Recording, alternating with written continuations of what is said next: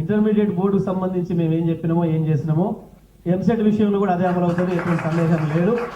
తెలంగాణ ప్రభుత్వం ఒక ప్రజాస్వామిక ప్రభుత్వంగా, ఒక నాగరిక ప్రభుత్వంగా కేంద్రం చేసే ప్రతి చట్టాన్ని అమలు చేసే ప్రభుత్వంగానే ఉంది తప్ప ఇంకో ప్రభుత్వంలాగా అనాగరికంగా వ్యవహరించదు.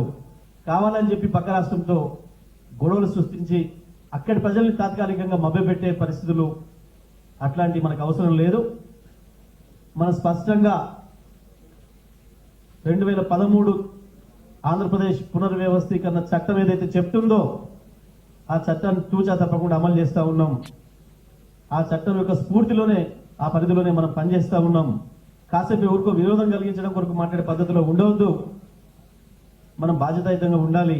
ముఖ్యంగా మిగతా మంత్రుల కంటే విద్యాశాఖ మంత్రులకి కొంత ఎక్కువ బాధ్యతగా మనం మాట్లాడాల్సిన అవసరం ఉంది. అటువంటి బాధ్యత గల విద్యాశాఖ మంత్రిగా ఉండి ఆయన వాడిన పదాలు, ముఖ్యంగా ఆంధ్రప్రదేశ్ రాష్ట్ర ప్రభుత్వం గురించి మాట్లాడిన మాటలు చాలా ఆక్షేపణీయం.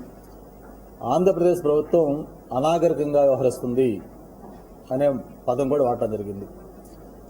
అసలు తెలంగాణ కల్చర్ అనేది ఎంతో ఉన్నతమైంది.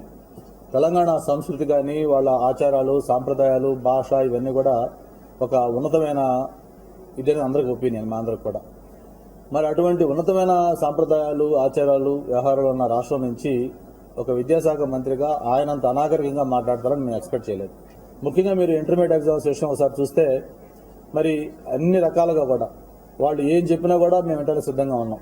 ఆ రోజు మేము చెప్పిన డేట్ కాదు, వాళ్ళు చెప్పిన డేట్కి ఓకే అన్నాం.